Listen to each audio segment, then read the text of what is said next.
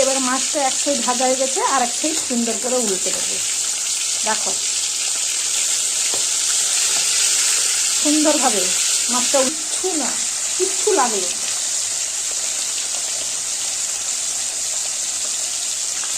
ইজিভাবে উল্টে পাবে।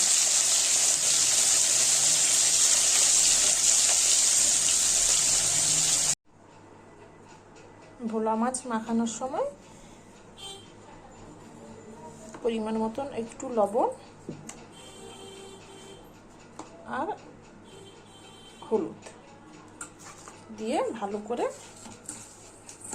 মাছটা মাখিয়ে নিতে হবে।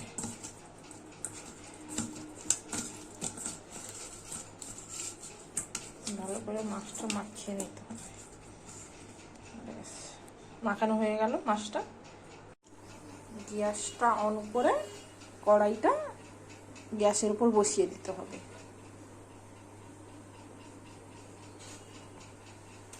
কড়াইটাকে ভালো করে গরম করতে হবে। দেখো কড়াইটা থেকে হালকা হালকা ধোঁয়া উঠছে, বুঝতে পারছো? এইভাবে গরম করতে হবে। এইভাবে গরম না করলে মাছটা কড়াইতে লেগে যায়। এই যে হালকা হালকা ধোঁয়া উঠছে, এরকম প্রথমে কড়াইটাকে এইভাবে গরম করে নিতে হবে। তারপর মাছটা ভাজার জন্য কড়াইতে পরিমাণ মতো সর্ষের তেল নিয়ে নিলাম। তেলটাকেও ভালো করে গরম করতে হবে, যেন তেলটা থেকেও যেন হালকা ধোঁয়া ভাব ওঠে।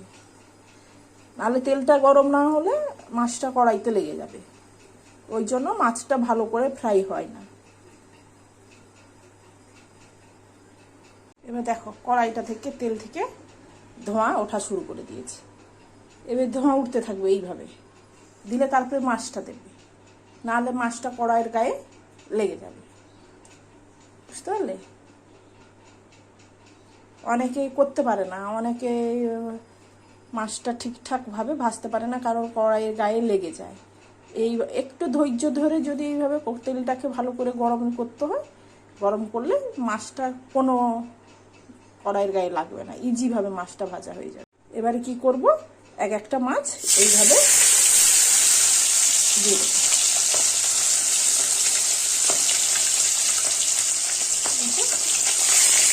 এইরকম সরাচ্ছি, মাছটা সরাচ্ছি, সরে গেল, দেখলে? একদম গায়ে লাগবে না। আর একটা আছে, আর একটা এইভাবে পাশে দিয়ে দেব। এবার মাছটা এইভাবে ফ্রাই হতে থাকবে।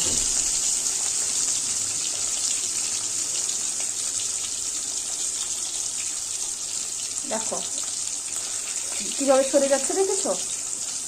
মানে তেলটা কত ভালো গরম হয়েছে, কড়াইটা কত ভালো গরম হয়েছে, যে মাছটা দেওয়ার সাথে সাথেই মাছ সরে যাচ্ছে, কড়াইয়ের গায়ে লাগছে না, সুন্দরভাবে হয়ে যায়। এই মাছের এক পিঠটা ভাজতে দেবো, একটু সাথে সাথে উল্টে দেবেন না, তাহলে মাছটা ভেঙে যাওয়ার চান্স থাকে। সাথে সাথে উল্টে দেবে না, এক পিঠটা মাছের ভাজতে দেবো, তারপরে সুন্দর করে উল্টাবো। এবার মাছটা এক সাইড ভাজা হয়ে গেছে, আর এক সাইড সুন্দর করে উল্টে দেবো। দেখো সুন্দরভাবে মাছটা উল্টে গেল। দেখো এই যে কিচ্ছু, কোনো গায়ে কিচ্ছু না, কিচ্ছু লাগে না।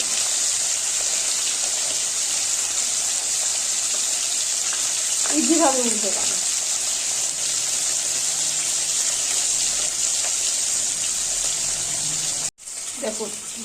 দেখুন মাছগুলো কি সুন্দর ভাজা হয়েছে, একটুও ভাগেনি, মানে একটুও কোনো গায়ে দাগ পড়েনি। দেখুন কি সুন্দর ভাজা হয়েছে।